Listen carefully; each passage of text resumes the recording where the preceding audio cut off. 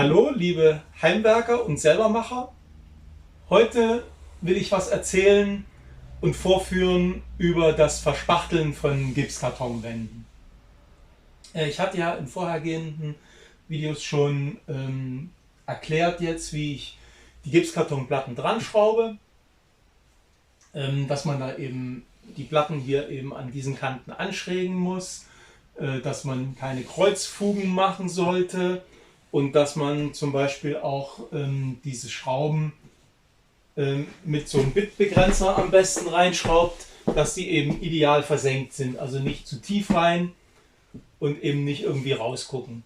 Denn das stört also richtig extrem, wenn man jetzt am Verspachteln ist und hat eben hier noch so einzelne Schrauben, die eben noch nicht ganz richtig reingeschraubt sind, und man bleibt dann immer mit der Kelle hängen. Das ist also richtig unangenehm beim Verspachteln, und wenn man dann in dem vollgematschten Zeug dann eben die Schrauben wieder lösen muss, dann ist das nicht gerade angenehm und man ärgert sich dann nur. Zur Vorbereitung werde ich alle angeschrägten Kanten, die geschnittenen Kanten, werde ich eben ein bisschen anfeuchten. Ich habe hier einen Eimer mit einem Pinsel und dann gehe ich eben über diese angeschrägten Kanten kurz mal mit dem Pinsel drüber.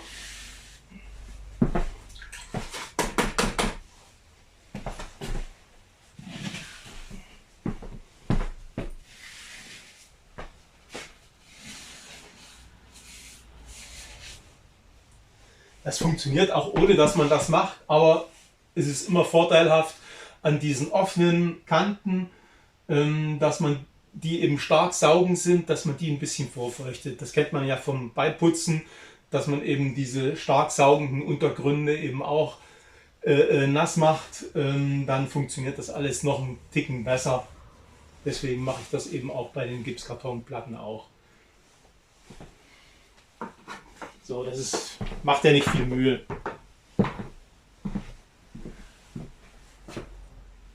Ich mache ja ein Video, in meinen Videos mache ich ja eigentlich so für Heimwerker, die das nicht jeden Tag machen. Das ist also, ich bin ja kein Profi, was das Spachteln betrifft. Und eben richtige Profis, die nehmen eben die Werkzeuge und dann haben die das natürlich schon im Blut und kneten das eben und zack, zack, zack. Das geht alles wie aus einem Guss. Das kann ich natürlich nicht. Also deswegen ist es alles nur laienhaft. Aber ich denke, jeder, der eben das nicht jeden Tag macht, der steht eben vor denselben Problemen und bei dem sieht das eben ähnlich aus jetzt wie bei mir. Aber nichtsdestotrotz soll es ja auch eine Hilfe sein für die, die eben nicht das jeden Tag machen und kein Lehrvideo für Profis, die machen. Bei denen sieht das natürlich alles besser aus. Das nur mal so zwischendurch jetzt zur Erklärung, warum ich jetzt das mache, obwohl ich eben jetzt kein Spachtelprofi bin. Zum Verspachteln habe ich bei den anderen eben immer hier von Knauf die Produkte genommen. Das Fill und Finish und eben auch das Finish. Damit habe ich eben sehr gute Erfahrungen gemacht. Das gab es eben gerade nicht und deswegen habe ich hier ein anderes Produkt. Ja, das habe ich jetzt noch nicht probiert. Muss ich mal gucken, wie das funktioniert. Ich denke mal, da wird es jetzt keine großartigen Unterschiede geben in der Verarbeitung.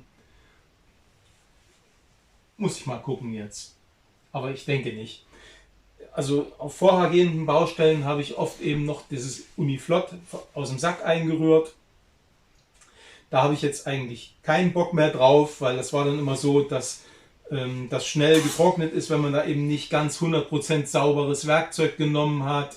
Und man musste das dann sumpfen lassen. Und das ist halt so, genau wie auch welche, die eben das jeden Tag machen und eben da riesige Flächen machen. Da hat das seine Vorteile, aber ich komme eigentlich ganz gut und ich denke mal, jeder Heimwerker freut sich auch darüber, eben mit diesen Fertigpackungen. Da kommt man eben ein bisschen teurer, aber letztendlich spart man sich eben dieses ganze Anrühren, Sumpfen lassen und das geht also wesentlich bequemer.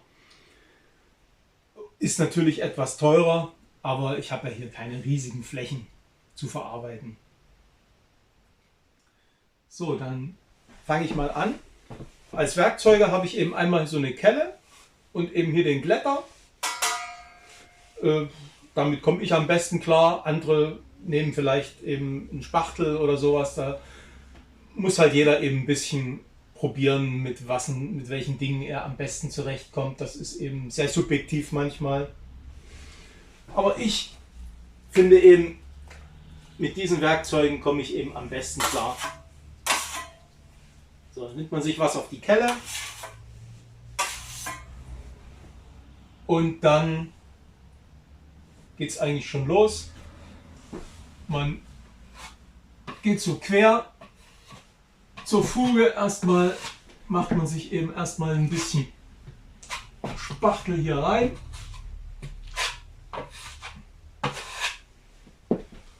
Und zieht das dann ab. So, das reicht also vollkommen für die erste Spachtelung. Ist man da eigentlich gut dabei. Einfach reinquetschen.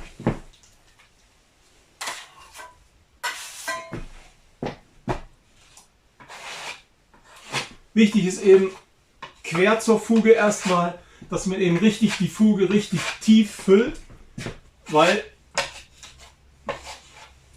das ganze Zeug, das schrumpft eben ziemlich stark. Das ist also eine ziemlich starke Schrumpfung und wenn man die Fuge eben nicht so quer schön füllt, dass man eben bis ganz tief eben reinkommt, dann ist diese Schrumpfung eben noch stärker und man hat dann eben wirklich eine komplette Rille. So, und dann ziehe ich das hier so ab. Zack, und dann hat man eigentlich schon die erste Fuge verspachtelt und hier, das mache ich eben hier mit der kleinen Kelle, eben diese anderen immer einmal in die eine Richtung reinschmieren und in der anderen Richtung abziehen jetzt.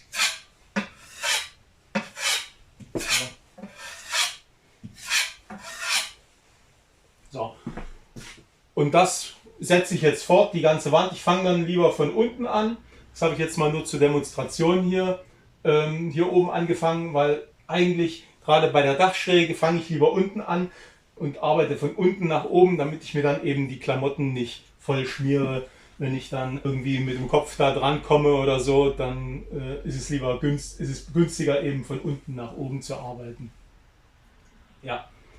So, ich mache jetzt mal weiter und dann reden wir uns wieder.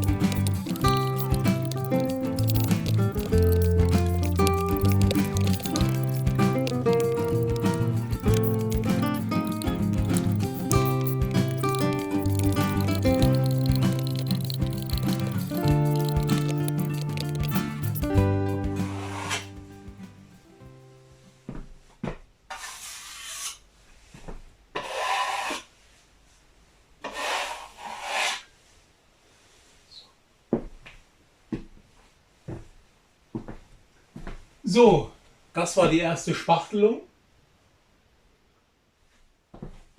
Nochmal Kontrolle, ob man irgendwo eine Schraube vergessen hat oder irgendwas anderes vergessen hat. Nö. Alles gut. So, Werkzeug ein bisschen sauber machen.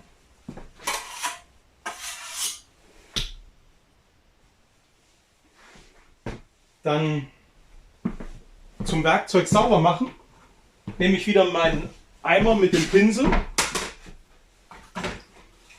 und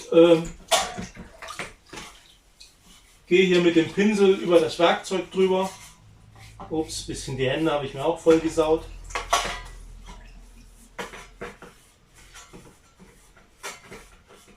Das finde ich immer noch die beste Art des Saubermachens. Man kann sich auch dann schön in einem Eimer nochmal die Hände waschen, wenn man ein bisschen was auf die Hände gekriegt hat. Das ist für mich eigentlich, oh, ich darf nicht an die Wand kommen, das ist für mich eigentlich so die beste Art, die Werkzeuge sauber zu machen. So, das ist jetzt die erste Spachtelung. So, das muss jetzt erstmal trocknen, am besten einen Tag. Und dann mache ich weiter mit der zweiten Spachtelung. So.